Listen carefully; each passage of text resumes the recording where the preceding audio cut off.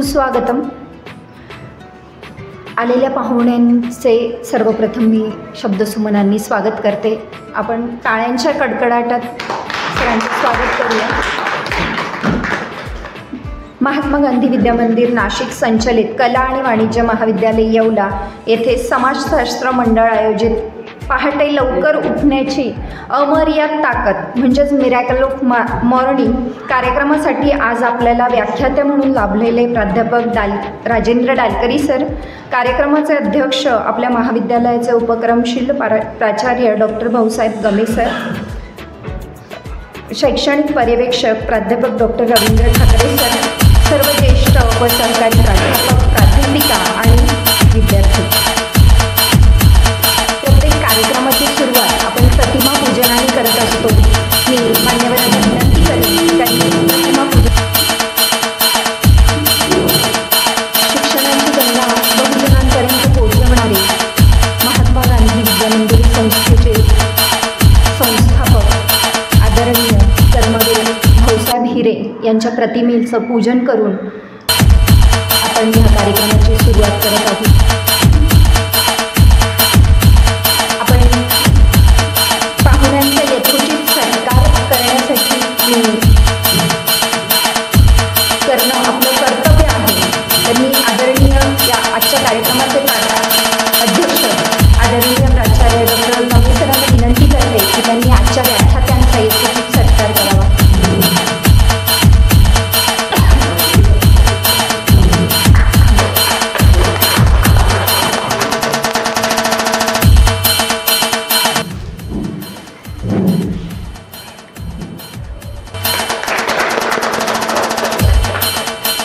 धन्यवाद सर. यानंतर आपल्या महाविद्यालयातील वाणिज्य विभागाचे प्राध्यापक गणपत जाधव सरांनी नुकतंच UGC नेट या परीक्षेमध्ये यश संपादन केलेलं आहे. त्यामुळे मी प्राचार्य साहेबांना विनंती करीन की त्यांनी महाविद्यालय परिवाराच्या वतीने सरांचा सत्कार करावा.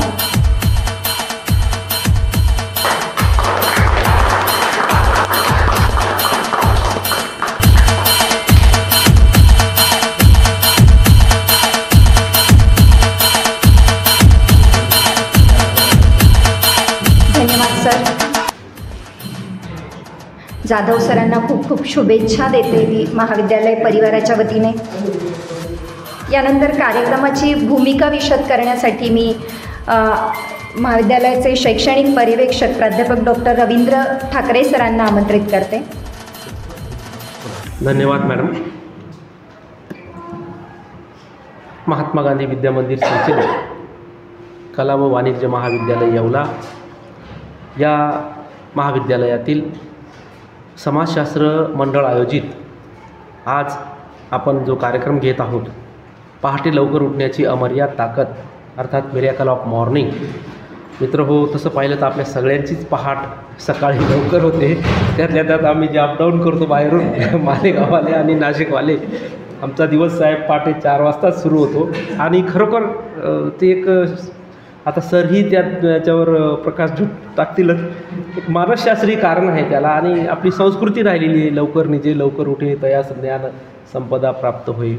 अशी ज्ञानसंपदा प्राप्त आपल्या सगळ्यांना प्राप्त व्हावी ह्या उदात्त हेतूने जो कार्यक्रम आज आयोजित केलेला आहे, ते या कार्यक्रमाचे अध्यक्ष आपल्या महाविद्यालयाचे प्राचार्य आदरणीय गमे सर, त्याचबरोबर आजच्या कार्यक्रमाचे प्रमुख वक्ते सेवाज्येष्ठ प्राध्यापक आपले सन्मित्र प्राध्यापक राजेंद्र डालकरी सर, IQAC विभागाचे कॉर्डिनेटर माझे मित्र doctor Bhandari sir, Dhangar sir, आमचे गुरुजी चौधरी सर, या सभागृहामध्ये उपस्थित समाजशास्त्र मंडळाचे सर्व माझे सहकारी, तसेच माझे सर्व प्राध्यापक मित्र बंधू भगिनी ज्यांनी सुंदर असं सूत्रसंचालन केलं, त्या आदरणीय अभिलाषा शिंदे मॅडम, त्याचबरोबर ज्यांनी नेट परीक्षा उत्तीर्ण करून या महाविद्यालयाच्या यशामध्ये, शैक्षणिक यशामध्ये मानाचा तुरा रोवला, ते आमचे जाधव सर, हे आपल्या सगळ्यांचं मी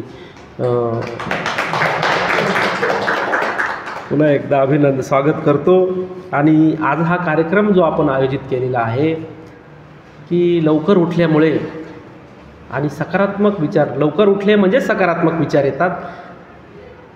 त्याला भौगोलिक कारण आहे, मानसिक कारण आहे आणि शास्त्रीय कारण देखील, वैज्ञानिक त्याला दृष्टिकोन आहे. भौगोलिक कारण या अर्थानं सांगतो की ओझोन सकाळी सकाळी ओझोनची जी ओझोन वायू हा खाली आलेला असतो, म्हणजे आपल्याला प्रचंड असं ऑक्सिजन मिळतं माणसाला जे सकाळी लवकर उठतात.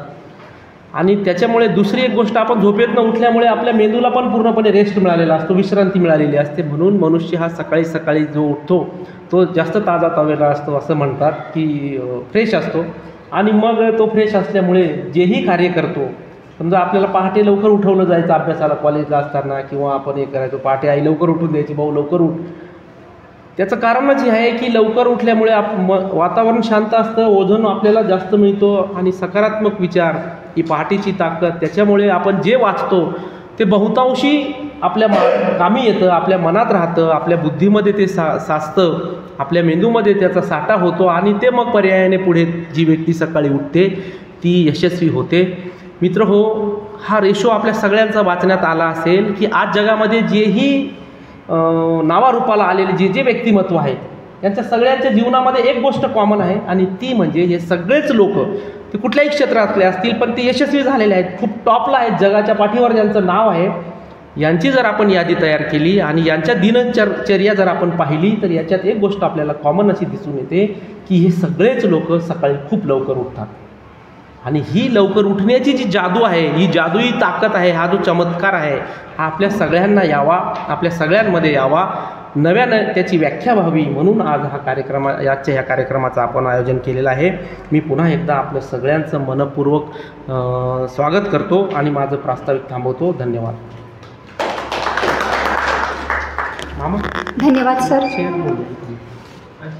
यानंतर आपण व्याख्यात्यांचा परिचय करून देण्यासाठी मी राज्यशास्त्र विभागाचे प्राध्यापक कुवर सरांना विनंती करते.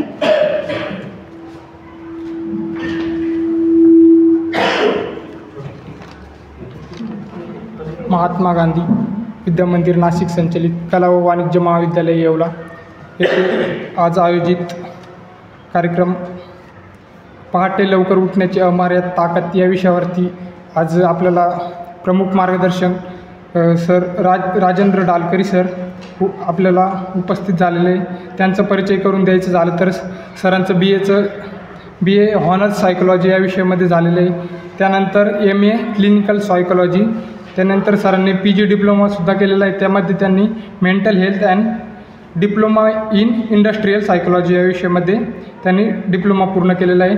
सर 3 विषयांमध्ये सेट क्वालिफाय आहे, त्यामध्ये सायकोलॉजी, मॅनेजमेंट आणि इकॉनॉमिक्स या विषयांमध्ये ते सेट क्वालिफाय आहेत. त्यानंतर सरांना विविध क्षेत्रामध्ये काम करण्याचा अनुभव आहे, त्यामध्ये ते भारतीय नौसेनेमध्ये 28 वर्ष सेवा दिली, त्यामध्ये ते वेगवेगळ्या हवाई जहाजामध्ये एअर स्क्वॉड्रन म्हणून कार्यरत होते. तसेच सर वेपन स्पेशालिस्टसुद्धा होते. आणि त्यानंतर Sahyadri college of fire engineering आणि सेफ्टी मॅनेजमेंट नाशिक येथे सरांनी लेक्चरर म्हणून काम केलेलं आहे. त्यानंतर PVG कॉलेजमध्ये त्यांनी institute of management assistant professor म्हणून सुद्धा काम केलेलं आहे. आणि मेटलमॅन ॲटो प्रायव्हेट लिमिटेड नवी दिल्ली येथे त्यांनी कॉर्पोरेट ऑफिस मॅनेजर हे पद सांभाळलेलं आहे. आणि सरांचं नाशिकमध्ये मानसिक आरोग्य विकास व संशोधन केंद्रसुद्धा आहे. त्यानंतर corporate and soft skill trainer industrial and educational institute या ठिकाणी सरांनी व्याख्यानमाला आयोजित केलेली होती. आणि सर सध्या आपल्याच महाविद्यालयामध्ये असिस्टंट प्रोफेसर सायकोलॉजी तथा विभाग प्रमुख आहेत. धन्यवाद सर. जो रात को जल्दी सोए और सुबह को जल्दी जागे, उन बच्चों से दूर दूर दुनिया का दुख भागे, असं एक गाणं आहे जुनं. मला मूवी आठवत नाही, पण आई ना रेडिओवर लागलं की आमचं लक्ष वेधायची की बघा ऐका हे गाणं. तेव्हा खूप वैताग यायचा की काय आई म्हणजे काय हे लवकर उठायला सांगते वगैरे. आणि तेव्हा दंडक असायचा की तू पहाटे उठूनच अभ्यास केला पाहिजे. रात्री जागरण तर माहितीच नव्हतं शेतकरी घरांमध्ये, पण पहाटे उठून तो अभ्यास केला पाहिजे. तर त्यात खूप गोष्टी घडायच्या, ते पांघरून घेऊन असं तिथे झोपी जाणं वगैरे. पण त्या गोष्टींचं महत्त्व आज आपल्याला कळतं जेव्हा लवकर उठायची सवय लागते. योगायोगाने आपण आर्ट्स कॉमर्सचे प्राध्यापक आहोत आणि आपलं कॉलेज सकाळी असल्यामुळे आपल्याला लवकरच दिवस सुरू होतो, त्याला ऑप्शनच नाही काही. त्याच्यामुळे आज कळतं की त्याच्यातून आपोआपच आपल्याला पॉझिटिव्ह एनर्जी मिळत असते. पण त्याची शास्त्रीय मानसशास्त्रीय काय कारणं असतील ती आज आपण आजच्या व्याख्यात्यांकडून जाणून घेणार आहोत. तर मी आपल्यामध्ये आणि व्याख्यात्यांमध्ये जास्तीचा वेळ न घेता मी आजच्या कार्यक्रमाचे व्याख्याते प्राध्यापक दालकरी सर यांना विनंती करते की त्यांनी आपल्याला मार्गदर्शन करावं. महात्मा गांधी विद्या मंदिर संचलित arts and commerce college Yeola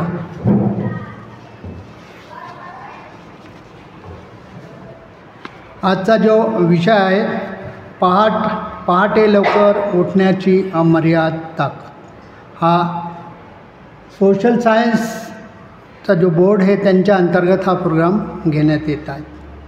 सर्वप्रथम मी या कॉलेजचे प्रिन्सिपल भाऊसाहेब गमे सरांना धन्यवाद देईल की ज्यांनी मला इथं ॲज ए व्याख्यान देण्याची अनुमती दिली, म्हणून मी त्यांचं कृतज्ञ आहे. डेस्कवर बसलेले आहेत ICSEचे coordinator Bhandari sir, Thackeray sir, Dhangar sir, Chaudhari sir आणि माझे अन्य सहकारी प्राध्यापक आणि प्राध्यापिका. विषय हा असा निवडला गेला की सरांशी बऱ्याच दिवसापासून चर्चा चालू होती. हा ॲक्च्युली शनिवारीच विषय होणार होता, परंतु एक दुसरा प्रोग्राम असल्यामुळे आज ह्या विषया पाठीमागचा हेतू फक्त असा आहे की आपलं आरोग्य, आपली शारीरिक, मानसिक, बौद्धिक आणि भावनिकदृष्ट्या आपण सक्षम कसं राहू की जेणेकरून आपलं आरोग्य हे निरामय राहू शकेल आणि शक्यतो आपल्या लाईफमध्ये कोणत्याही प्रकारे आरोग्याविषयीच्या कोणत्याही अडचणी किंवा आपण ज्याला त्रास म्हणतो तो ना व्हावा किंवा कमीत कमी व्हावा, या पाठीमागचा उद्देश हा एवढाच आहे. यासाठी मी काही स्लाईड्स प्रिपरेशन आहे, काही माझ्याकडे स्वतःकडे बी बनवलेले काही मुद्दे आहेत. मी असं काही नवीन तुम्हाला विशेष काही सांगणार नाही. आपण प्रत्येकजण आपल्या डे टू डे लाईफमध्ये या सगळ्या गोष्टी आपण करतच असतो. मग यामध्ये जर म्हटलं तर बरेचसे आपले जे ऋषी मुनी, उद्योजक आणि बरेचसे असे विचारवंत, संत म्हणूया त्याला, उद्योजक आणि जीवनामध्ये जेवढे काही वेगवेगळ्या पातळीवर जे उच्च पदाला जे पोहोचलेले जे कोणी वर्ग आहेत त्याला आपण महान व्यक्ती म्हणतो आणि त्यांचं अनुकरण किंवा त्यांच्या असलेल्या चांगल्या गुणांविषयी आपण अनुकरण करून आपलं जीवन कसं सुखी आणि समृद्धी होऊ शकतं याविषयी आपण नेहमी अवगत असतो, प्रयत्न करत असतो. ॲज ए मनुष्य जीवनभर आपण विद्यार्थी आहोत. जन्मल्यापासून तर शेवटच्या श्वासापर्यंत मनुष्याने शिकतच राहिलं पाहिजेत, असा हा माझा प्रामाणिक मत आहे. दुसरी गोष्ट, मागच्या काही एक वर्षामध्ये IT सेक्टरमध्ये क्रांती झाली आणि त्या क्रांतीचे असलेले जे वेगवेगळे जे सोशल मीडियाचे जे उपकरण आपल्या हातामध्ये लागलेत ते वरदान आहे की ते शाप आहे, आपण त्याच्याविषयी कल्पना मी आज भाष्य करणार नाही. परंतु त्यामुळे आपली जी मानसिक आणि भावनिक किंवा बौद्धिक जी प्रगती आहे ती कुठेतरी कमी होत चाललेली आहे असं मला वाटतं. तर सकाळी आपण का उठलं पाहिजे, त्यातला पहिला पॉईंट जर मी डिस्कस करायचं म्हटलं किंवा सांगायचं जर म्हटलं तर सकाळची जी आपली ज्यावेळेस आपण झोपेतून ब्रह्ममुहूर्तावर उठत असतो त्यावेळेस मानसिक स्पष्टता आणि आपलं मन जे असतं एकदम फ्रेश असतं. मन फ्रेश असणं म्हणजे काय की आपल्या बुद्धीला ती ठराविक 6 ते 7 तासाच्या झोपेनंतर आपलं शरीर पूर्णतः रिएनर्जाईज होतात. म्हणजे त्याने 24 तासामध्ये किंवा 18 तासामध्ये जेवढे श्रम घेतलेले आहेत त्याच्या असलेल्या त्या सुखद निंदमुळे किंवा सुखद त्याच्या झोपेमुळे शरीराला जेवढी आवश्यक एनर्जी आहे ती मिळत असते. आणि त्या एनर्जीमुळे अर्ली इन द मॉर्निंग ज्यावेळेस आपण उठतो तर त्यावेळेस आपल्यासाठी वातावरण जे असतं ते एकदम शांत असतं आणि या शांत वातावरणामध्ये आपण ताजेतवानं कसं राहायचं की जेणेकरून आपल्याला त्या सकाळच्या असलेल्या पर्यावरणामध्ये असलेला जो शांत आणि निर्मल असं जे एन्व्हायरमेंट आपल्याला मिळालेलं आहे हे प्रकृतीचं एक आपल्यासाठी फार मोठं देणं आहे आणि ह्या असलेल्या नैसर्गिक गोष्टींचा आपण सदुपयोग करणे आणि सकाळी उठून आपण आपल्या स्वतःला या दिनचर्येमध्ये टाकल्यामुळे आपण सकाळच्या वेळेत जर विचार जर केला तर आपण सर्वप्रथम ध्यानधारणा हे केलं पाहिजे किंवा ज्या वेळेस आपण पहिले डोळे उघडल्यानंतर पहिला जो विचार येतो तो पहिला विचार आपला पॉझिटिव्ह असला पाहिजे. तुम्ही अनुभव करून पहा, मागचे बरेचसे वर्षापासून मी सुद्धा हाच अनुभव करतो आहे की ज्यावेळेस तुम्ही डोळे उघडतात आपल्या हातामध्ये आपली डोळ्याची प्रतिमा बघा, त्या प्रतिमेमध्ये आपला चेहरा आपल्याला दिसलं पाहिजे, एवढं ते शुद्ध आणि सुंदर वातावरण सकाळचं आहे आणि त्यानुसार असलेले आपले दोन्ही हाताचे आपण जर रब केलं तर एक पॉझिटिव्ह एनर्जी आपल्यामध्ये तयार होती आणि ही एनर्जी जर आपण चेहरा डोळे आणि मस्तला जर लावलं तर त्यानुसार आपल्या चेहऱ्यावर तुम्ही किती वर्षाचे वय एक संख्या आहे पण तुमचं तेज हे दिवसेंदिवस वाढणार आहे. हा माझा वैयक्तिक आणि पर्सनल अनुभव मी तुम्हाला इथं शेअर करतो. दिवसाची सुरुवात ही मनुष्याने सकारात्मक विचारापासूनच केली पाहिजे. का?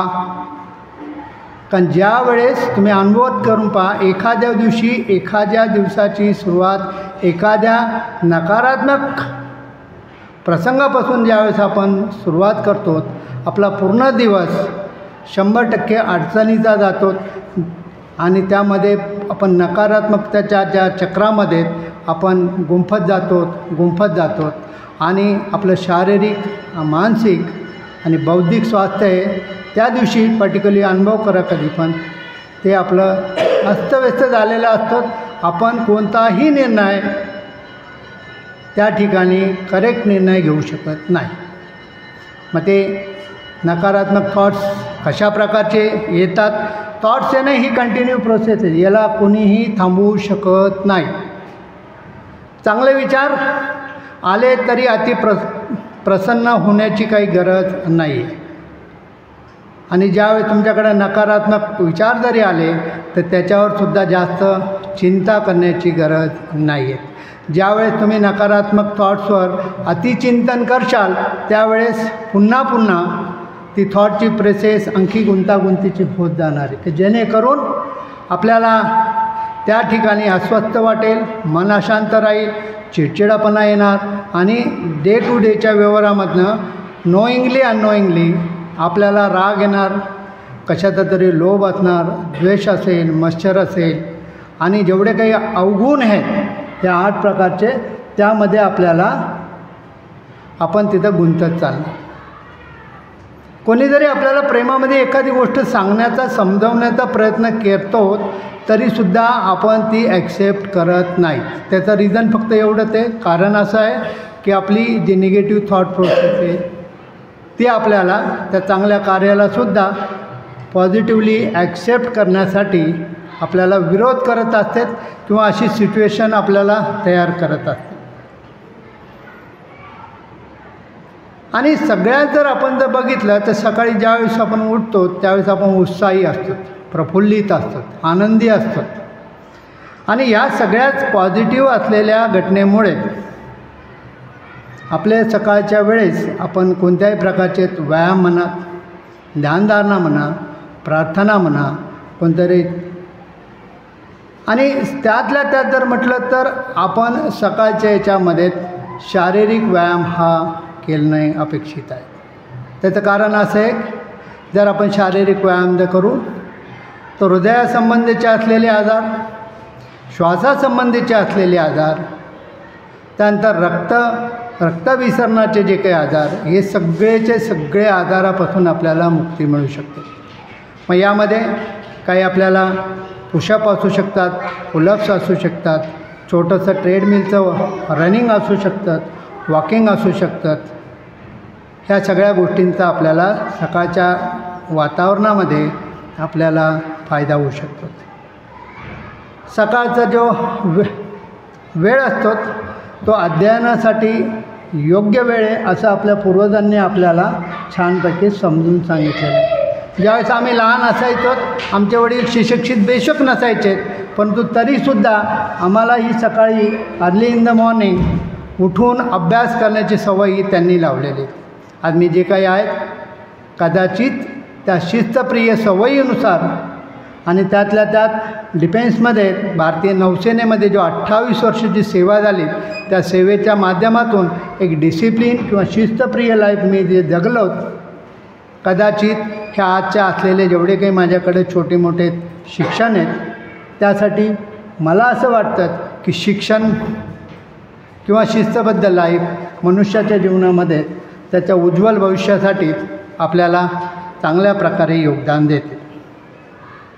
सकाळचा वेळ असा असतो की आपण सकाळच्या वेळी कोणताही घेतलेला निर्णय किंवा आपल्याला स्वप्न आहे, आपल्या जीवनातले काही लक्ष्य आहे, काही ध्येय आहे, तर ते सगळे ध्येय लक्ष्य आपण पूर्ण करू शकतो. त्याच्याविषयीचं पॉझिटिव्ह चिंतन आपण सकाळच्या वेळेस करू शकतात. आणि तुम्हाला एंड ऑफ द डे सायंकाळपर्यंत असं समजेल की जे विचार आपण केले सकाळी उठल्यानंतर आपली दिनचर्या त्याच हिशोबाने पुढे सकारात्मक गेली आणि सायंकाळपर्यंत टिल द टाईम आपण पुन्हा निद्रावस्थेत जात नाही तोपर्यंत आपला दिवस छानपैकी गेला. सकाळी आणखीन एक सर्वात मोठा जो फायदा होतो तो म्हणजे नकारात्मक विचारापासून आपण स्वतःला दूर ठेवलं पाहिजे. आता पुन्हा आलाच विषय सोशल मीडियाचा, तर सोशल मीडिया मी असं म्हणेल की सोशल मीडियामध्ये जे पॉझिटिव्ह आहेत, जे चांगल्या गोष्टी आहेत त्या आपल्या ज्ञान ग्रहण करण्यासाठी किंवा त्याचा आपण सदुपयोग केला पाहिजे. नकारात्मक गोष्टी त्याच्यामध्ये आहेत. ज्यावेळेस आपण सोशल मीडियामध्ये नकारात्मक गोष्टीचा अवलंब जास्तीत जास्त करू त्यावेळेस आपल्याला असे दिसून येईल की आपलं मानसिक स्वास्थ्य हे खराब हळूहळू होणार. ते या जर मी जर म्हटलं तर स्लाईडच्या माध्यमातून काही एक मी प्रिपरेशन केलेलं आहे ते मी तुम्हाला सांगण्याचा प्रयत्न करतो. पहिला प्रश्न नॉर्मली सगळ्यांना असतोच, आपण रोज झोपेतून लवकर का उठावं आणि का उठलं पाहिजे आणि किती वाजता उठतो. त्यातलं तर पहिलं जर कारण जर म्हटलं, एक सुप्रसिद्ध उद्योगपती होते हेल एरान नावाचे, तर त्यांनी जगभरामध्ये त्यांची प्रसिद्धी होती आणि त्या प्रसिद्धीमध्ये ते एक अशा प्रकारचे व्यावसायिक म्हणून जागतिक स्तरावर आले आणि त्यांचा वन फाईन डे एका दिवशी काहीतरी अपघात झाला किंवा 2008ची जी महामंदी आली त्यामध्ये ते कर्जबाजारी झाले. म्हणजे एक जस्ट एक प्रस्तावना आहे, एक स्टोरीच्या रूपाने किंवा प्रेरणादायी कथा यांची आहेत, त्याच्या माध्यमातून जे नियम आहे ते मी सांगण्याचा प्रयत्न करतो. मग ते त्यांना विचारण्यात आलं, ज्यावेळेस ते नैराश्यामध्ये गेले, काय करावे आता, कालपर्यंत जगामध्ये माझी व्याख्याता होती, मला सर्वजण परिचित होते. मग त्यांच्या असलेले एक प्रिय मित्र त्यांनी त्यांना एक सल्ला दिला. त्या सल्ल्यामध्ये सांगितलं की तू सकाळी रोज लवकर उठत जा, बाकी सगळं काही ॲटोमॅटिक किंवा आपोआप तुझ्या लाईफमध्ये परिवर्तन होईल. त्यांना हे अपेक्षित नव्हतं की माझ्या मित्राने मला काहीतरी छान सल्ला द्यायला पाहिजे होता, व्यवसायामध्ये पुन्हा मी कशी प्रगती करेल याच्याविषयी मार्गदर्शन करायला पाहिजे होतं, पण हे काही त्यांना काही जमलं नाही. परंतु आता शेवट उपाय काही त्यांच्याकडं नव्हतात की त्यांनी मनामध्ये पुन्हा थॉट प्रोसेस पॉझिटिव्ह चालू केली की बघूया, मित्रांनी सांगितलं तर मित्र आपला सख्खा आहे, तो आपल्याला सांगेल तर चांगलं चिंतन आपल्याविषयी सांगणार आहे. तर त्याने आपल्याला हळूहळू त्यांनी मग ही सकाळी उठण्याची सवय लागली आणि त्या सवयीमध्ये सगळ्यात पहिला जो विषय आला तो म्हणजे ध्यान. तर ध्यान जरी म्हटलं तर नेमकं ध्यान म्हणजे काय, काय वाटतं आपल्याला नेमकं ध्यान म्हणजे काय असतं? ध्यान जर म्हटलं तर शांत बसून एका ठिकाणी आपल्या श्वासावर नियंत्रण करणे, श्वासाचं आगमन आणि श्वासाचं म्हणजे परागमन याच्यावर आपलं लक्ष केंद्रित करणे. त्या ठिकाणी श्वास हा चांगला पण नसतोच, श्वास हा वाईट पण नसतो, परंतु श्वासाची जी गती आहे त्याच्यावर आपल्याला नियंत्रण कसं करावेत हे त्याच्यामधून आपल्याला माहिती पडतं. त्यामध्ये जर दुसरा जर पॉईंट जर बघितला तर मग आपण असुबीत तिथं बघू शकतो की स्वतःच्या आत्मेला आपण स्पर्श करतो. म्हणजे काय, ज्या वेळेस तुम्ही ध्यानग्रस्त असतात, मन शांत असतात, बुद्धी पण शांत असते, बुद्धी त्याचं कार्य करत असते आणि मनाची एकाग्रता ही वाढत असते. आणि ज्या मनाची एकाग्रता ज्याची जास्त असेल त्याच्या लाईफमध्ये डिसिजन मेकिंग स्ट्रॉंग होतं किंवा पॉवरफुल. हा प्रत्येकाने आपल्या लाईफमध्ये अनुभव घेतलेला असेल. एक प्रकारे म्हणजे याच्यामध्ये नेमकं काय आहे की मनाच्या कॅम्प्युटरच्या फॉर्मॅट करायचं. जसं आपण कॅम्प्युटर फॉर्मॅट करतो तसे शरीरातलं जे मन आहे हे सुद्धा एक कॅम्प्युटर आहे, त्याला आपल्याला फॉर्मॅट करायचं. फॉर्मॅट म्हणजे काय करायचं त्याच्यामध्ये की जो व्हायरस जसा कॅम्प्युटरमध्ये जातो तसा मनाचा जो व्हायरस आहे म्हणजे अशुद्ध विचार स्वतःविषयी, अशुद्ध विचार समोरच्याविषयी, यामध्ये मग आपण निंदा म्हणूया, परनिंदा म्हणूया, दुसऱ्याविषयी वाईट चिंतन म्हणूया, या सगळ्यापासून आपण जर ध्यान जर केलं तर ह्या सगळ्या अवगुणापासून स्वतःला सुरक्षित ठेवू शकतो. आणि यामध्ये जर पुढचा जर पॉईंट जर म्हटलात तर सकाळी मन हे प्रफुल्लित राहतात आणि ताजंतवानं असल्यामुळे आपल्याला ध्यान करणं हे सोपं जातं. कारण त्यावेळेस पर्यावरणामध्ये एवढी शांतता असते, निर्मलता असते, पशुपक्ष्यांचे आवाज, पर्यावरणात असलेली शुद्ध हवा, थंड वारा हे सुद्धा आपण त्या सगळ्यांचा अनुभव घेऊ शकतो. आणि आपल्या अंतर्मनाचे शुद्ध अवयव कोणत्या प्रकारे श्वासाच्या माध्यमातून हालचाल करतात याचीसुद्धा ध्यानाच्या माध्यमातून आपल्याला अनुभूती होतात. ती मागचीच राहू. आता यामध्ये आजचे जे धकाधकीचं जीवन चालू आहे, प्रत्येकजण कॅम्प्युटरच्या सारखं स्वतःला पळवतो आहे, कलियुग आलेलं आहे. पण या कलियुगामध्ये पुन्हा जर आपण आपल्या गरजांचा जर विचार केला तर आपल्या गरजा आज बी सीमितच आहेत. परंतु आपण त्या गरजा एवढ्या वाढवलेल्या आहेत आणि त्या गरजा वाढवल्यामुळे दिवसभर आणि रात्रभर मनुष्य फक्त आणि फक्त पैशाच्या मागे पळत सुटलेला आहे. मग त्यामुळे त्याचं मानसिक, शारीरिक आणि बौद्धिक स्वास्थ्य हे दिवस प्रतिदिवस हे खराब होत चाललं.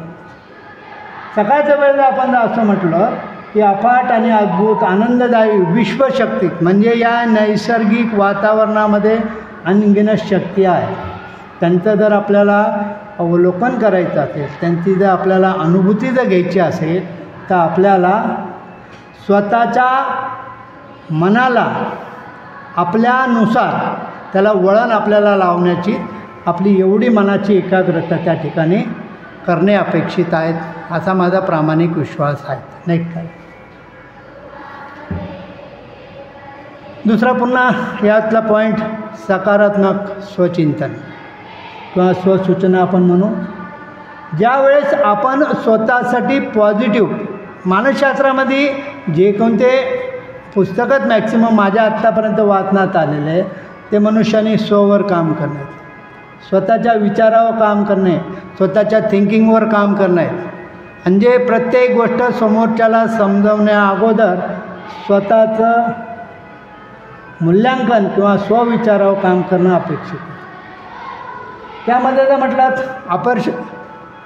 अफर्मेशन म्हणजे किंवा आपण काय म्हणतो त्याला सकारात्मक, तिथं सुसंवाद करायचे. तर सुसंवाद कोणाचे करायचे? पहिले स्वतःची सुसंवाद करायचे. आणि स्वतःसाठी ज्यावेळेस मनुष्य सुसंवाद करतो इट शुड बी पॉझिटिव्ह, ते सकारात्मक असतं. आणि स्वतःला सकारात्मक सूचनासुद्धा दिल्या पाहिजेत. ऐकायचं सगळ्याचं. जुने काळी संत महात्मे म्हणायचे ऐकावे जनाचे, करावे मनाचे. म्हणून आपल्या लाईफमध्ये ज्यावेळेस डिसिजन घेण्याची ज्यावेळेस वेळ येतो, तुम्ही सल्ले, कायदेतज्ञ सगळ्यांची मदत घ्या, पण तो निर्णय घेताना आपल्या मनाचं पण ऐका आणि पॅरलली बुद्धीने निर्णय घ्या. निर्णय आपण भावनेच्या आहारी कधी लाईफमध्ये घेऊ नये. पुढचं जर म्हटलं की एक अशी प्रचंड शक्ती आहे ह्या मनामध्ये की आपण अंतर्मुखामध्ये म्हणजे आपल्या शरीरामध्ये एक वायू असतो आणि त्या वायूचं पूर्ण शरीरामध्ये भ्रमण होत असतं. आपल्याला एखाद्या ठिकाणी वाटतात की माझा हात लचकलात किंवा मला इथं झणझण्या येत आहेत किंवा माझ्या पॉटमध्ये कुठेतरी एखादा अवयव आपल्याला कधी कधी असं समजतं की तिथं काहीतरी हालचाल चालू आहे. हे नेमकं काय? जे त्या ठिकाणी आपल्या ज्या शरीरामधले जे वायूचे जे भ्रमण आहे ते एकसारखे नाही, ते कुठेतरी लॉक झाल्यासारखं आपण म्हणू शकतो. मग त्याला पुन्हा आपल्याला सुधारायचं असेल तर आपण काय करतो, समजा इथं मला पेन आहे तर आपण थोडंसं त्या हाताची मुवमेंट करतो. म्हणजे एक्झॅक्ट काय आहे की त्या ठिकाणी जे रक्तसंचालन होत असतं ते रक्तसंचालन जेवढं योग्य व्हायला पाहिजे होतं किंवा त्या पार्टला, त्या स्नायूला जेवढं रक्त मिळायला हवं होतं तेवढं तिथं मिळालं नसल्या कारणाने आपल्याला ते पेन किंवा ती तकलीफ आपण त्या ठिकाणी हे करतो. आता यामध्ये मनाच्या जे मनामध्ये जे काही कल्पना येतात किंवा मनामध्ये जे विचार आपल्या येत असतात हे नाटकीयरित्या येतात.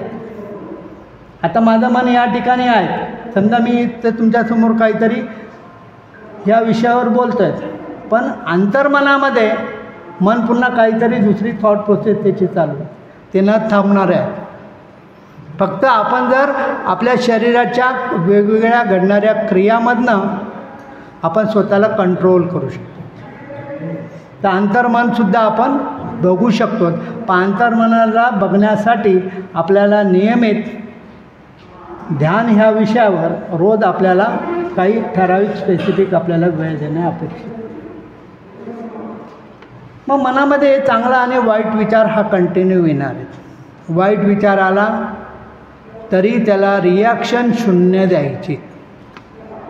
वाईट विचार येणार. आज सरांनी मला काहीतरी बोललं, मी सरांना काहीतरी बोललो, दिवसभरातल्या घडणाऱ्या वेगवेगळ्या घटना, त्याच्यामध्ये काही गोष्टी चांगल्या घडलेल्या आहेत, काही गोष्टी माझ्या मनाविरुद्ध घडलेल्या आहेत. ज्यावेळेस माझ्या मनाविरुद्ध गोष्टी घडतात त्यावेळेस मी काय करतो, समोरचा राग आपल्या मनामध्ये गोळा करून ठेवतो आणि त्याचं एक गठुडं बांधतो किंवा त्याची गाठ बांधतो.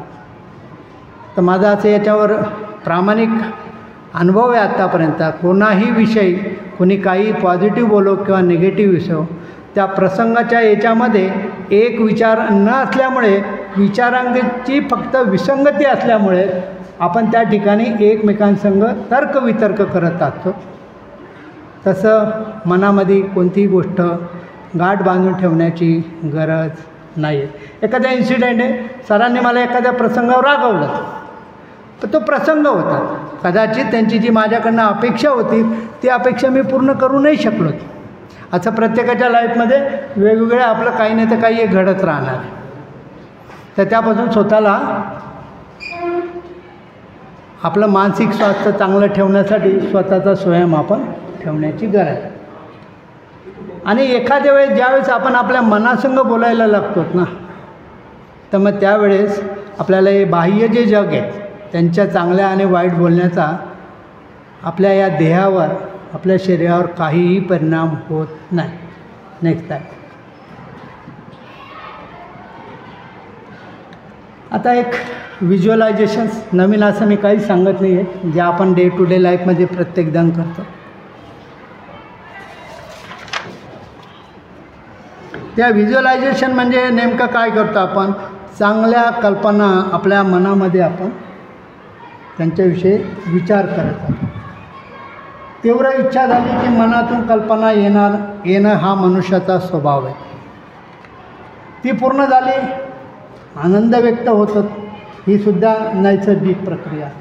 आणि मनपटलावर ती बारीक बारीक रूपामध्ये साकारत करत असते, त्याला आपण व्हिज्युअलायझेशन म्हणतो. म्हणजे आपल्या मनामध्ये कल्पना येणार, विचार येणार ज्या आपल्या मनातल्या इच्छा आहेत त्या जर इच्छा जर पूर्ण झाल्या तर तरीसुद्धा त्या आपल्या याच्यावर आपण हृदयावर हळूहळू त्यांचा संचय करीत असतो. आपण त्याला व्हिज्युअलायझेशन म्हणतो.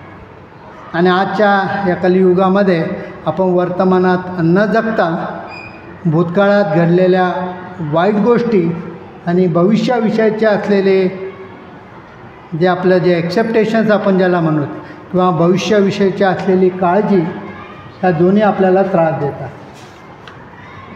आता कल्पनाशक्ती ही फक्त मनुष्याला दिलेला निसर्गाने सगळ्यात मोठा, कल्पना फक्त मनुष्यच करू शकतो, कोणताही प्राणी हा कल्पना करू शकत नाही. म्हणून त्याला या निसर्गाने सर्वात मोठी भेट दिलेली आहे की तो विचार करतो. त्या विचारामध्ये मग पॉझिटिव्ह किती आहे, निगेटिव्हनुसार पुन्हा ही त्याची स्वतःविषयीची बनवलेली ही विचारधारा आहे. कल्पनाशक्तीचा जर आपण वापर जर केला तर आपलं लाईफ यशस्वी बनण्यासाठी आपल्याला त्या ठिकाणी मदत होईल. प्रत्येक दिवशी आपल्या मनामध्ये असलेले जे काही स्वप्न असेल, जे काही ड्रीम्स असेल, जे जीवन जगण्याचा उद्देश असेल, ते प्रत्येक दिवशी आपण त्याच्यानुसार कार्य हे केलं पाहिजे. समजा माझं स्वप्न आहे जे काही असेल ते मी एका पीस ऑफ पेपरवर लिहिलं पाहिजे, माझ्या डोळ्यासमोर ठेवलं पाहिजे आणि रोज अर्ली इन द मॉर्निंग माझे सगळं विधी कंप्लीट झाल्यानंतर मी पुन्हा त्याला व्हिज्युअलाइज केलं पाहिजे. जे काही माझ्या जीवनामध्ये माझं लक्ष आहे त्या लक्ष्याला मी काय केलं पाहिजे, रोज बघितलं पाहिजे. त्या स्वप्नांना मी रोज नवीन नवीन चांगल्या प्रकारचं खत पाणी देऊन वैचारिकदृष्ट्या त्याच्यामध्ये आणखीन इन्व्हेस्टमेंट ही मला करणं अपेक्षित. आता यामध्ये एक प्रसंग असा आहे की एक मायकल फेल्प्स नावाचा पोहण्याच्या याच्यामध्ये एक क्रीडापटू होता, जो स्विमर होता. आता त्यामध्ये ज्यावेळेस तर त्याला झोप ज्यावेळेस यायची त्याच्या अगोदर तो चिंतन करायचा. काय चिंतन करायचं तो नेहमी, की जे माझ्या मनामध्ये आहे ते मला प्रत्यक्षामध्ये अनुभवायचं आहे. तर मायकल फेल्प्सच्या याच्यानुसार त्यांनी काय केलं त्या ठिकाणी, की ज्यावेळेस त्याला झोप येत लागायची त्यावेळेस तो मनातल्या मनात प्रयत्न करायचा की आजच्या प्रॅक्टिसमध्ये, आजच्या इव्हेंटमध्ये मी कोणकोणत्या ठिकाणी चुकलो आणि त्यानुसार तो दुसऱ्या दिवशी असलेले करेक्टिव्ह ॲक्शन्स घेऊन तो दुसऱ्या दिवशी पुन्हा आपली प्रॅक्टिस करायचा. याच्यामुळे काय झालं की वन फाईन डे तो जगातला एक महान जलतरणपटू आज झाला.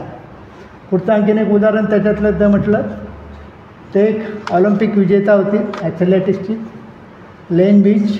म्हणजे तिचं वक्तव्य होतं की माझा उद्देश गाठण्यासाठी मी 4 वर्षापासून माझ्या डोळ्यासमोर जे माझं उद्देश आहे की ते मी व्हिज्युअलाइज करत होते, म्हणजे त्याविषयीची मी कल्पना करीत होती, प्रत्येक दिवशी परिश्रम करत होती. आणि तिथं त्या स्वप्नामध्ये काय बघायची ती की ते विजयाचं पदक हे माझ्या हातात आहे आणि शॅम्पेनची बॉटल माझ्यावर पडते. अशा प्रकारे तर तिने एक आपलं स्वप्न बनवलं होतं. आणि त्या स्वप्नावर तिने 4 वर्ष फक्त स्वप्नच नाही बघितलं, तर स्वप्नासाठी आवश्यक असलेले जेवढे काही तिचे गुरूंच्या माध्यमातून किंवा तिचे स्वतःचे प्रयत्न तिने एफर्ट टाकलेत आणि ते वन फाईन डे सक्सेस झाले. पुढचं एक सुंदरसं उदाहरण आहे. आपल्या इथले असलेले उद्योगपती आहेत आनंदजी प्रेमजी नावाचे.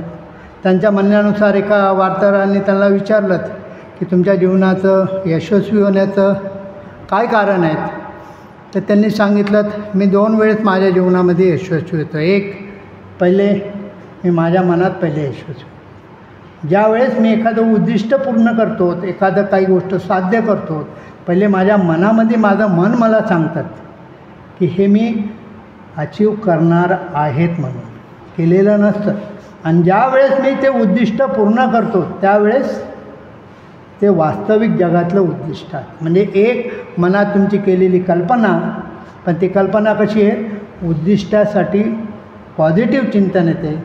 आणि ज्यावेळेस हकीकतमध्ये रिझल्ट येतो, जसं आज सरांचा रिझल्ट आपल्या डोळ्यासमोर आला, तर हे यांनी कल्पना केलेली आजच्या 6 महिन्या अगोदर. परीक्षा हे देत होतात, मागच्या वेळेस बी दिली. परीक्षा मी सुद्धा दिलेली. ठीक आहे, मी यशस्वी नाही झालो, पण एक जो पॉईंट मी मध्ये आता सांगितला होता, कोणताही विचार चांगला किंवा वाईट नसतो. अपयश जरी आलं तरी आपण त्याला स्वीकार करायला पाहिजे आणि रिझल्ट आला तर 4 जणं वाह करणारच. पण अपयश जर आलं तर खचून न जाता पुन्हा जोमाने कामाला लागण्यात आणि आपल्या उद्देशासाठी पुन्हा कार्य करण्यात. Next point. सर्वात मनुष्याचा मोठा शत्रू आहे तो म्हणजे आळस. आता याविषयी मला बोलण्याची काही खरंच आवश्यकता नाही आहे या पॉईंटवर, परंतु तरीसुद्धा मनुष्य आळशी प्राणी आहे काय. आणि आळशी प्राणी असल्यामुळे असलेले 4 पॉईंट फक्त मी सांगण्याचा प्रयत्न करतो, इन्क्लुडिंग मी सुद्धा तुमच्यातलाच एक घटक आहे. शरीरातील आळसाला पळवून लावायचं जर असेल आणि शरीरात जर ऊर्जा जर वाहती ठेवायची असेल आणि मनानं कणखर आणि आनंदी राहायचं जर असेल तर एकच पर्याय आहे मानसशास्त्रानुसार, तो म्हणजे व्यायाम करणे. व्यायाम हा कोणत्याही प्रकारचा व्यायाम असू शकतो. त्यामध्ये तुम्ही ग्राउंडवरची एक्सरसाइज करू शकतात, तुम्ही प्राणायाम करू शकता, तुम्ही योगासन करू शकतात, तुम्ही अष्टांग योगातले असलेले पूर्ण 8 प्रकार त्याच्यामध्ये करू शकतात. यम नियम धारणा आसन ते सर्व करू शकतात. आणि जर ज्यांनी व्यायाम केलेला नाही तर तो हळूहळू काय होतं, तो मनुष्य किंवा त्याचं असलेली शरीर हे हळूहळू एका विकारांचं किंवा आपण इथं वासनांचं बळी होतं. आणि ज्यावेळेस मनुष्य एखाद्याची वाईट संगतीमध्ये किंवा वाईट सवय ज्यावेळेस लावून घेतो त्यावेळेस त्याच्याकडं हळूहळू नैराश्य यायला सुरुवात आहे आणि वन फाईन डे तो मेंटल हेल्थचा डिसऑर्डरचा एक ऋण तो बनू शकतो. म्हणून जर आपल्याला असं वाटतं की मेंटल हेल्थवर कोणता इश्यू आपल्या लाईफमध्ये नाही आला पाहिजे तर सकाळी ब्रह्ममुहूर्तावर उठणे हे आपल्या दृष्टिकोनातून छान आहे. आणि ज्यावेळेस एखाद्या वाईट संगतीमध्ये मनुष्य बुडतो, मोबाईल बघणं आजच्या तारखेला ही वाईटच सवय, पण त्यामध्ये नेमकं आपण काय बघतो, आपण काय बघतो आजच्या तारखेला जास्ती करून फेसबुक आहे, व्हॉट्सॲप आहेत, इंस्टा आहेत. आता नवीन एक प्रकार आलेला रील 1-2 मिनटाच्या. ह्या सगळ्या याच्यावर खरंच आहे असं काही नाही, बरेचसे आभासित आहे. बरेचसे चित्र आपण असे बघतो तो AIच्या माध्यमातून बनवलेले आहे, आपल्याला वाटतं ते खरं आहे, पण खरं नाही आहे. फक्त गव्हर्नमेंटच्या साईट तिथं मिळालेलं ज्ञान किंवा तिथं दाखवलेलं ज्ञान तेच फक्त ऑथेंटिक आहेत, बाकी तर सगळी आभासी दुनिया आपली चालू आहे. आणि यामध्ये जो मनुष्य आळशी असतो तो आपल्या कार्यावर कधी फोकस करू शकत नाही, तो टाळमटाळ करतो. बाद में करेंगे, एवढं काय लगेच अर्जंट आहे का, मग सरांनी सांगितलं मग करेन ना, मी वेळ आहे ना माझ्याकडं. आता मी 200 विद्यार्थ्यांना फोन केलात, शिष्यवृत्तीचा फॉर्म भरा. मला प्रश्न समोरच्याकडनं विचारला गेला, विद्यार्थ्याकडनं किंवा पालकांकडनं, लास्ट डेट सांगा. मग म्हटलं लास्ट डेट मलाच माहिती नाही आहे, उद्या ते फॉर्म भरून टाका तुम्ही 2 दिवसामध्ये आणि हा विषय संपून टाका.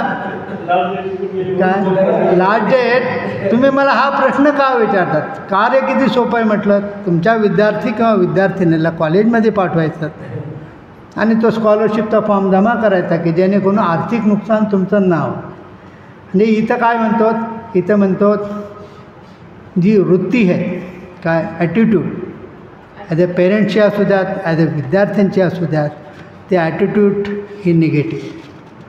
त्याच्यामुळे आपण सर्व प्राध्यापक इन्क्लुडिंग प्रिन्सिपल आपण या सिस्टममध्ये राहून काही गोष्टींचा आपल्याला अति त्रास हा सहन करावा लागतो.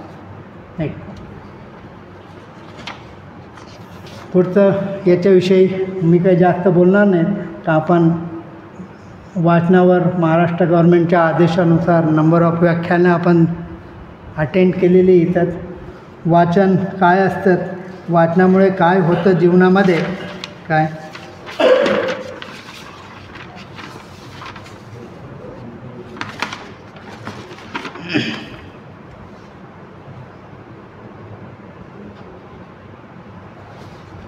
तर यातलं पुस्तक वाचणारी माणसं तर म्हटली की ते आपलं आयुष्य आपल्या मनानुसार जगत असतात. कारण त्यांचा स्वतःवर एवढा आत्मविश्वास असतो किंवा एवढं ज्ञान असतात की त्यांना गरजेची दुसऱ्या मनुष्याची सहायताची गरज ही शक्यतो पडत नाही.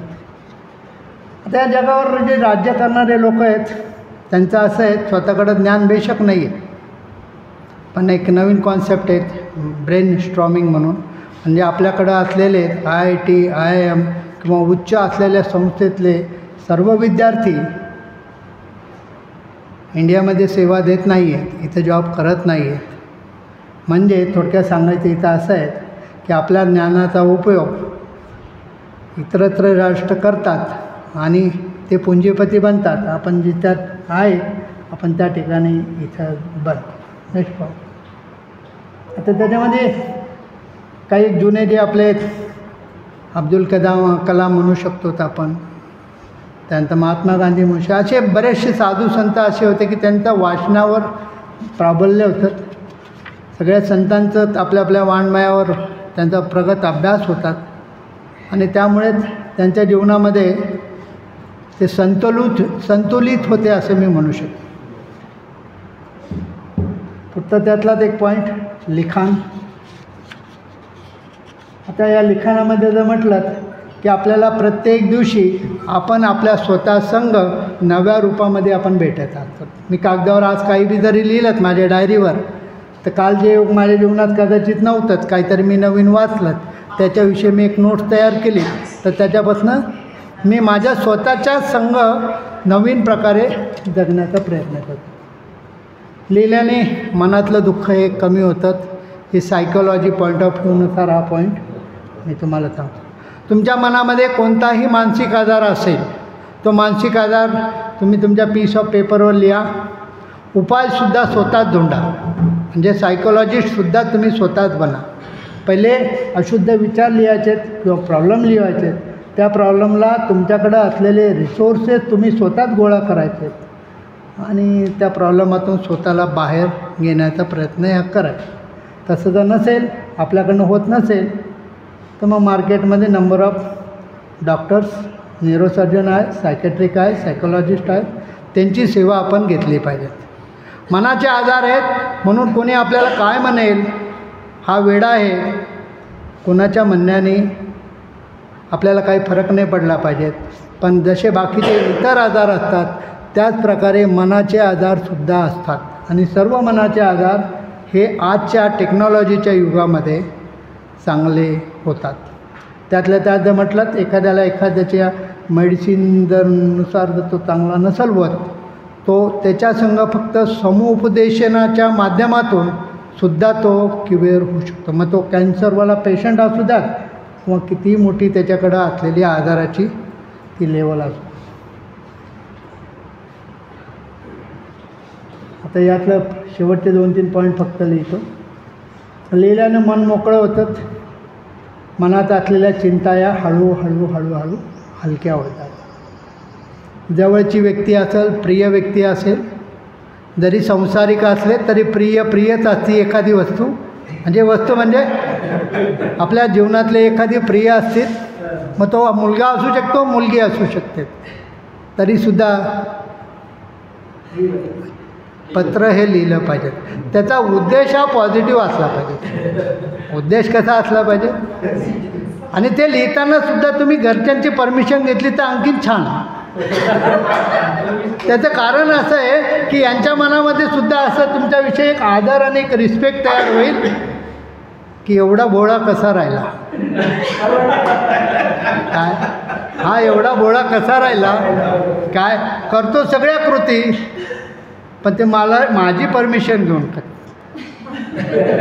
करतो सगळ्या कृती, पण तू माझी परमिशन घेऊन करतो. हा सुद्धा एक हास्य विनोद आपण म्हणू काय. आणि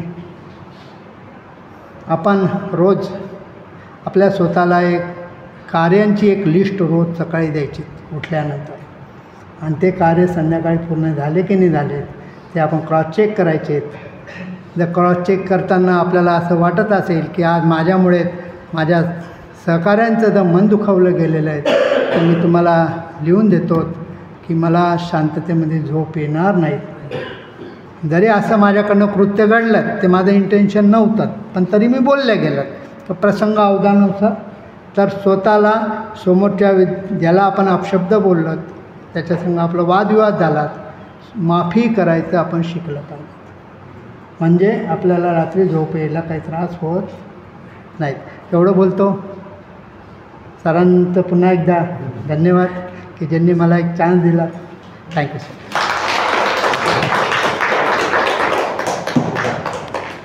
धन्यवाद सर. अंतर्मनाची किमया, आळस किती मोठा आपला शत्रू आहे, त्यानंतर स्वप्नांचं महत्त्व काय आहे आयुष्यामध्ये, ह्या सगळ्या मुद्द्यांवर प्रकाश टाकत सरांनी आज आपल्याला अनमोल मार्गदर्शन केलेलं आहे. मला काही ओळी आठवत आहे. मंजिलें उन्हीं को मिलती है जिनके सपनों में जान होती है, मंजिलें उन्हीं को मिलती है जिनके सपनों में जान होती है, पंखों से कुछ नहीं होता हौसलों से उडान होती है. या उक्तीप्रमाणे सरांनी स्वप्नांचं आणि आपल्या इच्छाशक्तीचं महत्त्व आपल्याला पटवून दिलेलं आहे त्यांच्या वक्तव्यातून. यासाठी मी सरांचे खूप खूप मनपूर्वक आभार मानते.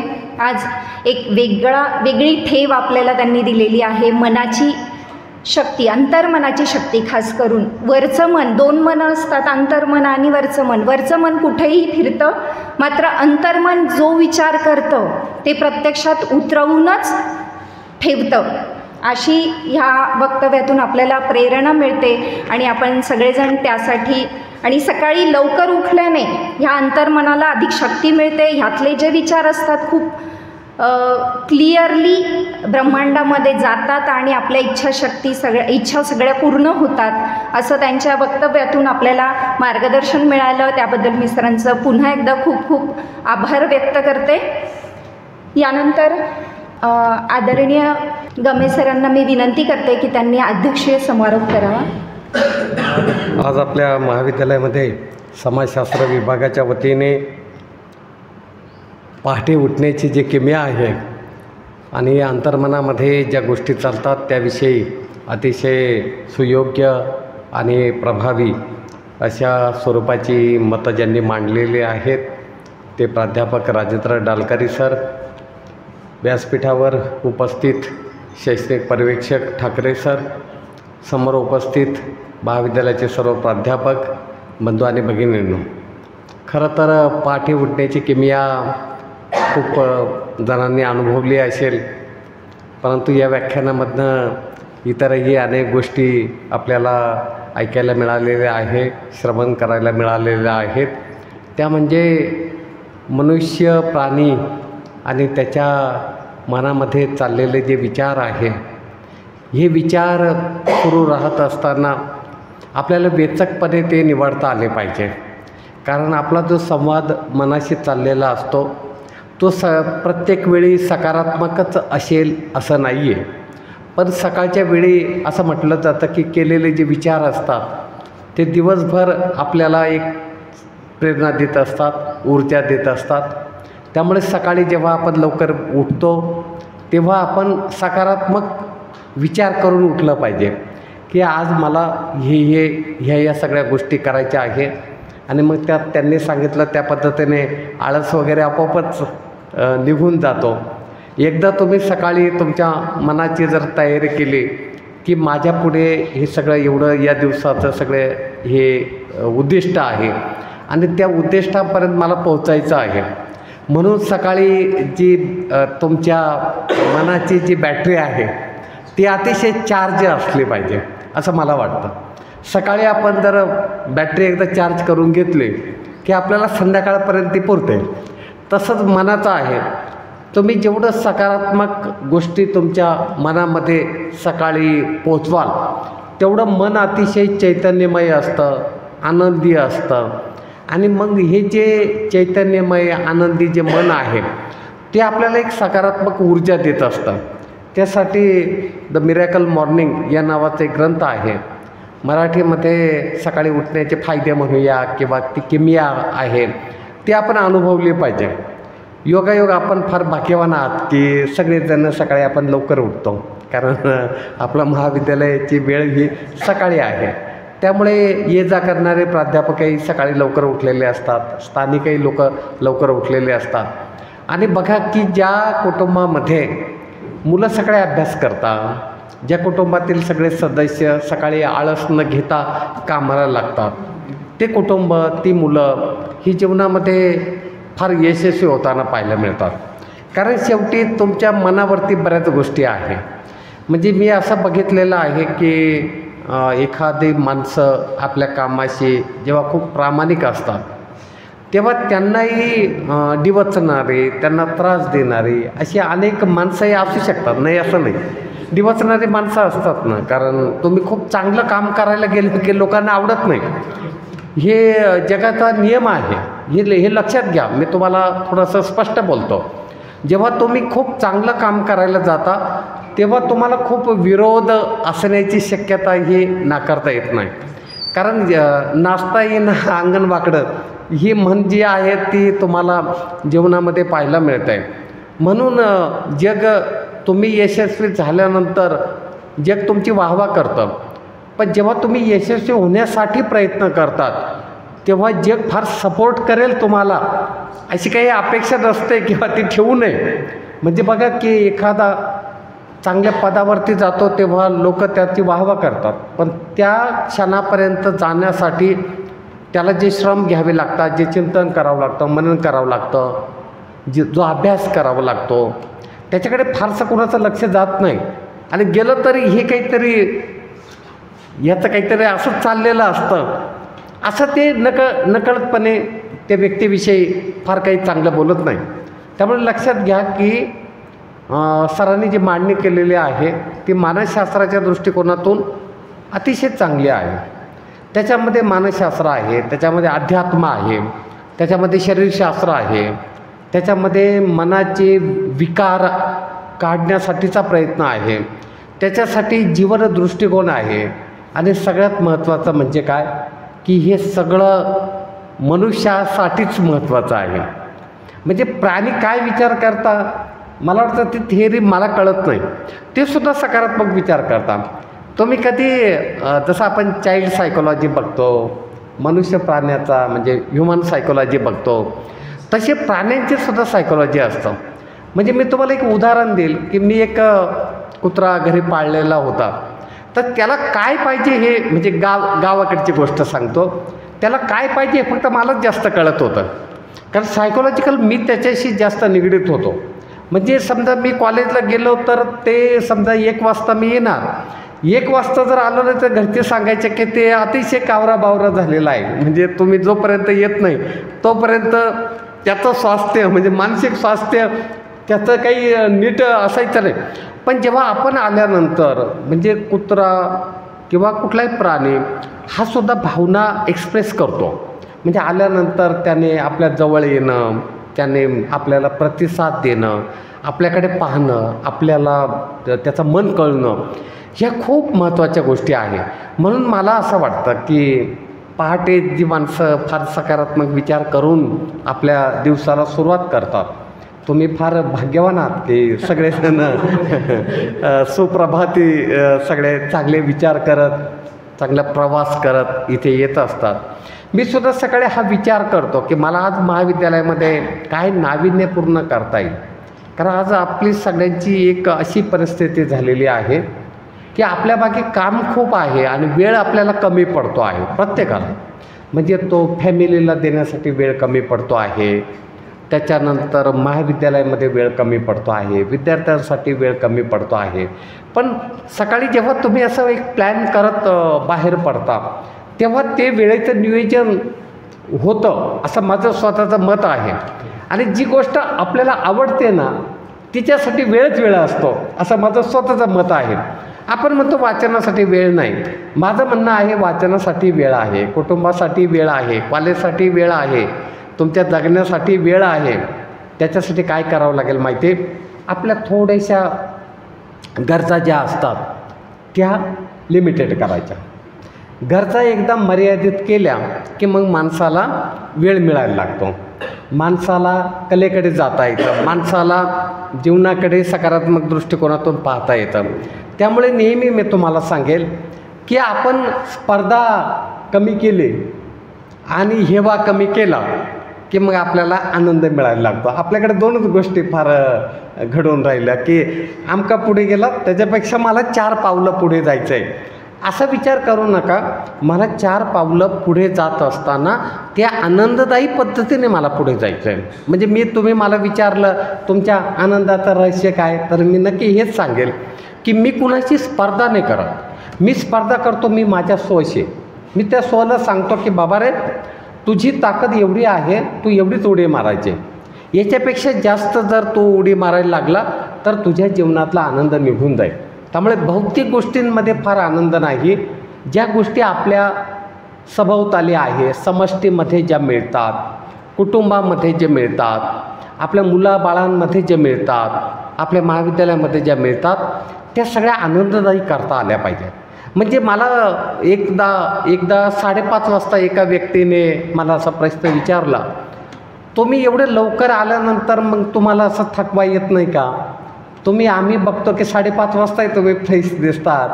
याचं रहस्य काय? तेव्हा मी सांगितलं की मी वेळ जाण्यासाठी काम नाही करत. मी त्या वेळेला जवळ करत मला काय शिकता येईल याच्यासाठी मी विचार करतो.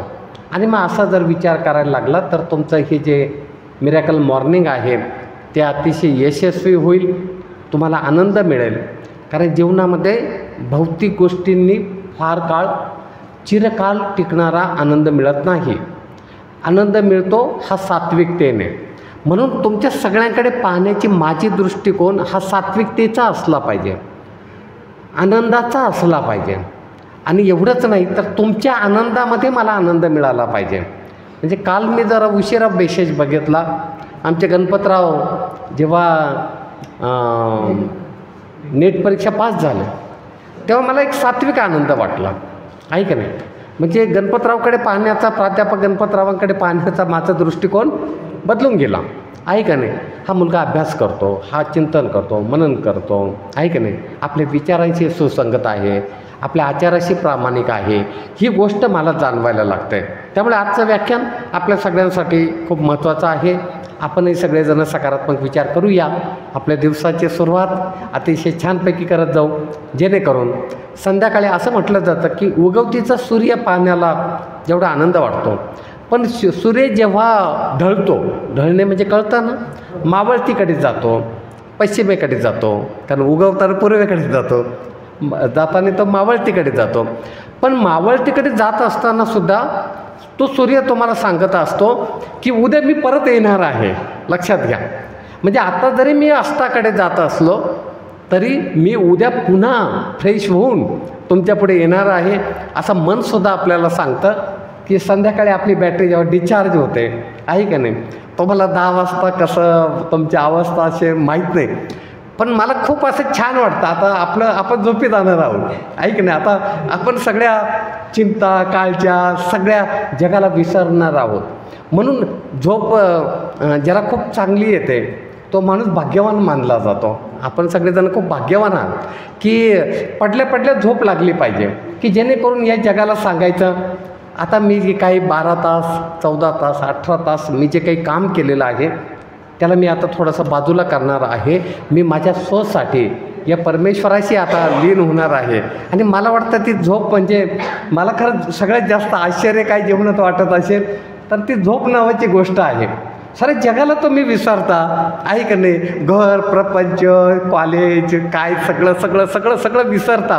आणि सकाळी पुन्हा जेव्हा तुम्ही जागे होता तेव्हा परत आठवायला लागतं, अरे हे सगळं किती आता, आहे का नाही? हे सगळं आपलं आहे. त्याची सुरुवात तुम्ही सकारात्मक करत असता. सरांना मी खूप धन्यवाद देईल. सर असेच आपले प्राध्यापक जेव्हा नवनवीन विचार मांडतील तेव्हा त्या सगळ्या गोष्टींचा परिणाम हा आपल्या सगळ्यांवरती होणार आहे. तुमचा दिवस शुभ जावो अशा प्रकारची एक सद्भावना व्यक्त करून इथे थांबतो. धन्यवाद.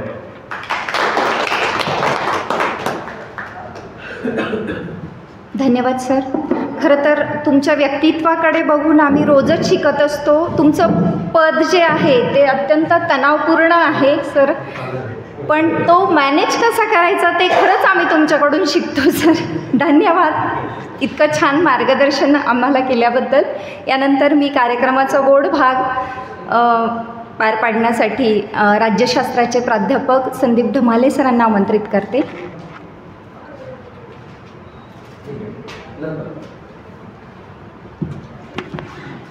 महात्मा गांधी विद्यामंदिर संचलित कला वाणिज्य महाविद्यालय येवला समाजशास्त्र मंडळाअंतर्गत आपण आज या ठिकाणी सकाळी उठण्याचे अमर्याद असे फायदे याविषयी आपल्याला मार्गदर्शन करण्यासाठी आपल्या महाविद्यालयाचे मानसशास्त्र विभाग प्रमुख प्राध्यापक राजेंद्र डालकरी सर यांनी आपल्याला सकाळी उठण्याचे अमर्याद फायदे याविषयी बहुमोल असं मार्गदर्शन केलं. त्याबद्दल मी महाविद्यालयाच्या वतीने सरांचे खूप खूप आभार मानतो. तसेच या कार्यक्रमाप्रसंगी आपल्याला अध्यक्षीय मनोगतातून आपल्या महाविद्यालयाचे आदरणीय प्राचार्य डॉक्टर भाऊसाहेब गमे सरांनी देखील आपल्याला मार्गदर्शन केलं. त्याबद्दल मी सरांचे देखील आभार मानतो. तसेच या कार्यक्रमासाठी ज्यांनी संयोजन केलं तसेच हा कार्यक्रम घडून आणला असे आपल्या महाविद्यालयाचे शैक्षणिक पर्यवेक्षक प्राध्यापक डॉक्टर रवींद्र ठाकरे सर हे देखील या ठिकाणी उपस्थित राहिले. त्यांचे देखील मी खूप खूप आभार मानतो. परीक्षा विभाग प्रमुख डॉक्टर धनराज धनगर सर हे देखील या ठिकाणी उपस्थित राहिले. त्यांचे मी आभार मानतो. ज्यांनी अतिशय सुंदर असे सूत्रसंचालन केलं अशा महाविद्यालयाच्या आपल्या राज्यशास्त्र विभागाच्या प्राध्यापिका शिंदे मॅडम यांचे देखील मी आभार मानतो. तसेच उपस्थित सर्व सहकारी ज्येष्ठ श्रेष्ठ सहकारी प्राध्यापक या ठिकाणी उपस्थित राहिले. टेक्निकल सपोर्ट ज्यांचा आपल्याला कायमच मिळतो असे इंग्लिश विभागाचे प्राध्यापक करंजकर सर यांचेही देखील मी खूप खूप आभार मानतो. आणि अध्यक्षांच्या परवानगीने हा कार्यक्रम संपला असं जाहीर करतो. या ठिकाणी थांबतो. धन्यवाद.